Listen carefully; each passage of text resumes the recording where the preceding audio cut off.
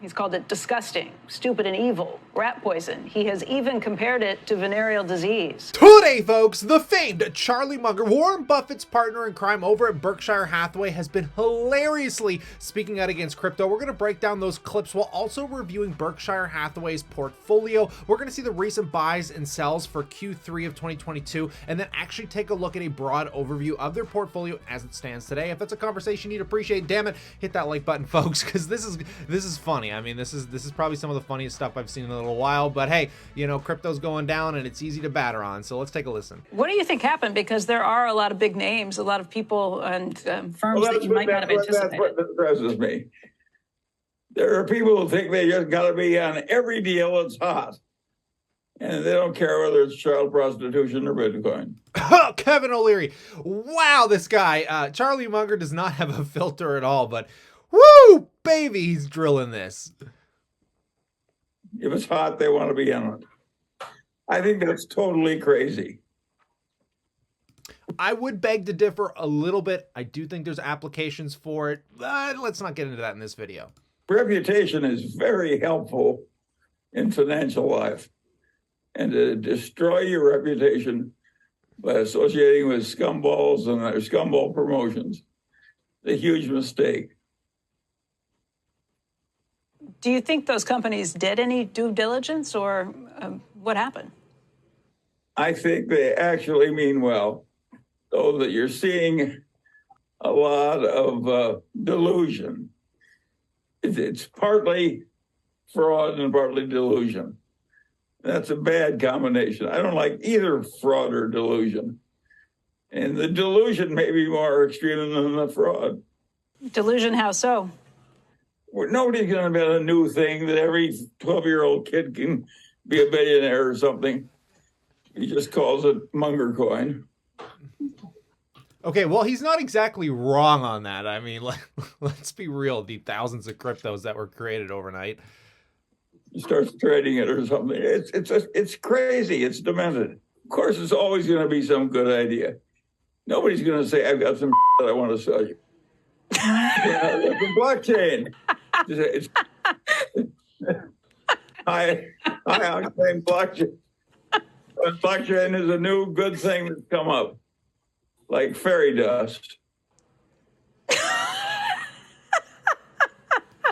All right, I'll pass that question off to you. Do you think it's pure fairy dust, or do you think there's actually a future in blockchain? I'll let you think about that in the comment section below, but let's get into the actual portfolio for Berkshire as it stands today, utilizing my portfolio tracker from portfoliospreadsheet.com. If you guys want to support the channel, this is a beautiful tool that allows me to break down, even at the scale, the likes of Berkshire Hathaway's portfolio, and we're going to take a look at the broad overview and then see the trades, the big buys and sells for the month, and there's just something wild about looking at their portfolio, currently worth over $330 billion, and these are just the top 50 holdings. And it's incredible to think some of these positions they must have been holding on to it for a very long time, because their portfolio is currently up a whopping 76% or something like $144 billion. And look at the annual yield. I mean, their yield on cost is about 2.76%, and that's generating $5 billion a year in dividends, which is just staggering to wrap your head around, with a nice little diversification of income from these stocks. But take a look at this, because we can see Apple still being the largest proponent of their publicly traded companies here, with Bank of America next. They have been buying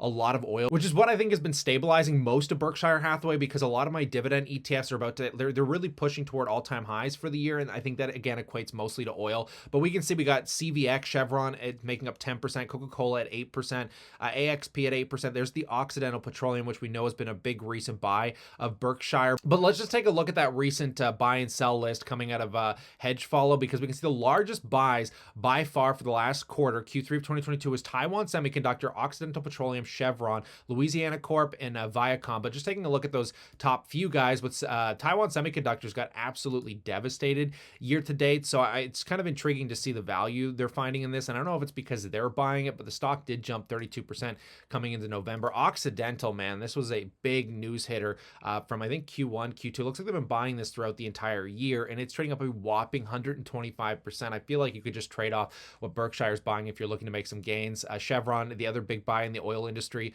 this one's up 52% year to date. I mean, these gains on these two oil stocks is just absolutely insane. And taking a look at the sell list, guys, getting at a US Bank Corp, they actually scaled down Activision Blizzard, which I found relatively interesting because I really thought they were using that as kind of a neat hedge play into the deal with Microsoft that should be coming up in 2023. We got Bank New York, Mellon Corp, very intriguing there. Store Cap Corp, this one was actually in the top 50 list and they completely liquidated this guy. And just taking a look at that stock, how is it managing here? So they completely liquidated it, but year to date, it's still actually outperforming the S&P 500, fairly stabilized chart. I don't know much about Store Capital, so that one's a little bit out of my wheelhouse here. And then General Motors, they did scale down as well, which is a very small position. I know it's worth $1.6 billion, but again, it doesn't even really come up as a blimp on the broader portfolio overview here. But this is really fascinating stuff. At the scale, the likes of a portfolio like this and still being able to manage it in a way where it's outperforming the S&P 500. Take a look at the Berkshire Hathaway Class A shares here, guys.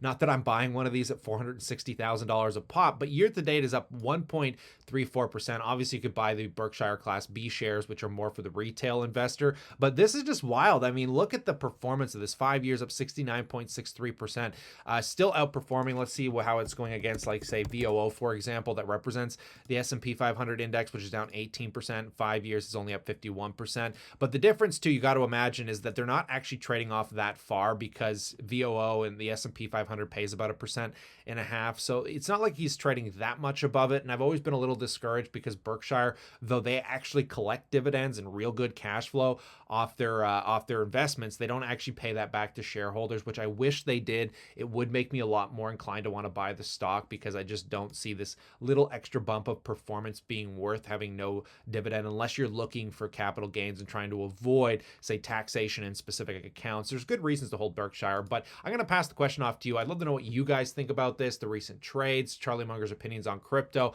Love to hear about it in that comment section below, but stay cool, stay awesome, and I'll catch you in the next one.